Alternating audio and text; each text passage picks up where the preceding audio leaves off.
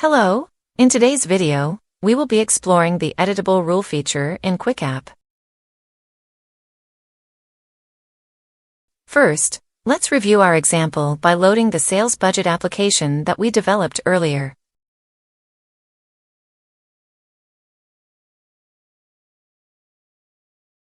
Our data is now loaded.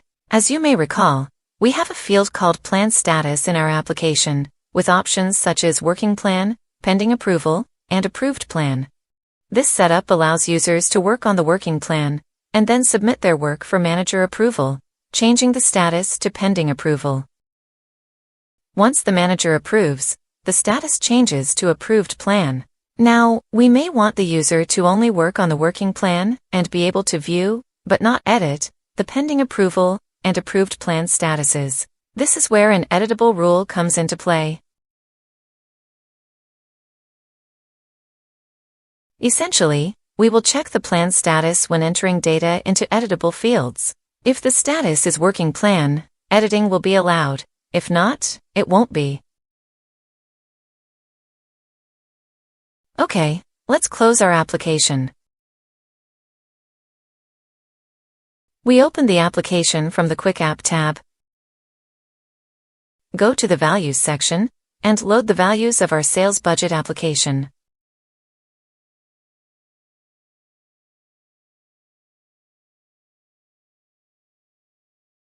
The fields we need are this year plan sales unit, average unit initial price, average unit sales cost, and markdown percentage. These are editable fields.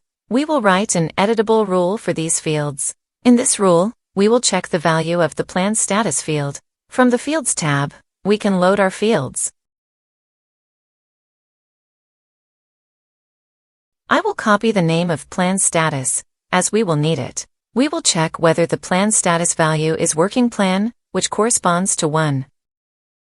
Returning to the Values section, we will focus on our editable fields, such as this year plan sales unit. In the Editable Rule section, we won't enter data directly. Instead, we will double-click to open the Editable Rule editor and enter our rule.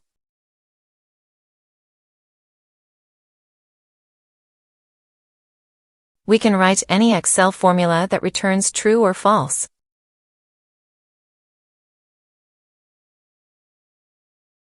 For example, writing 1 equals 1 will always return true. Our rule will check whether the plan status field's value is 1.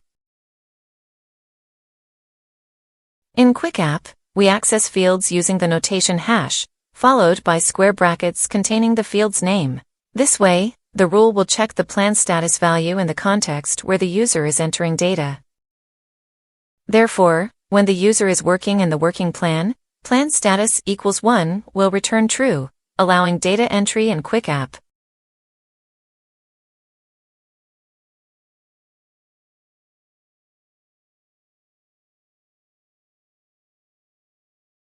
If plan status is not 1, we may want to display an error message. This error message can also be any Excel formula. Thus, we should consider this when writing it.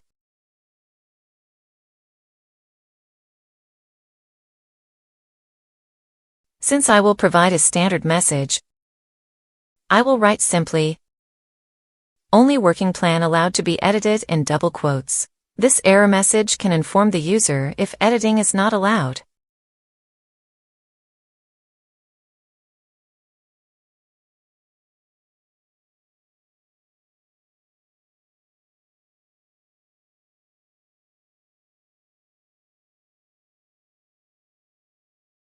When we click OK, our editable rule is created. In the Editable Rule section, it will say double-click. This can appear anywhere in QuickApp. Double-click means that a window will open where we can enter data.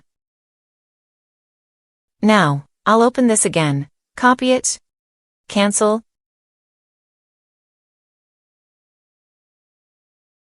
and paste the same rule into the other editable fields.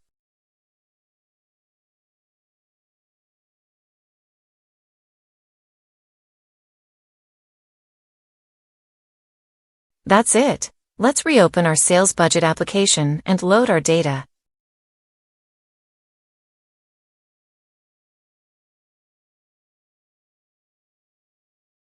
Currently, I'm in the working plan, so I should be able to enter data here. 1,300. Yes, it worked. Now, let's switch to pending approval and refresh the screen.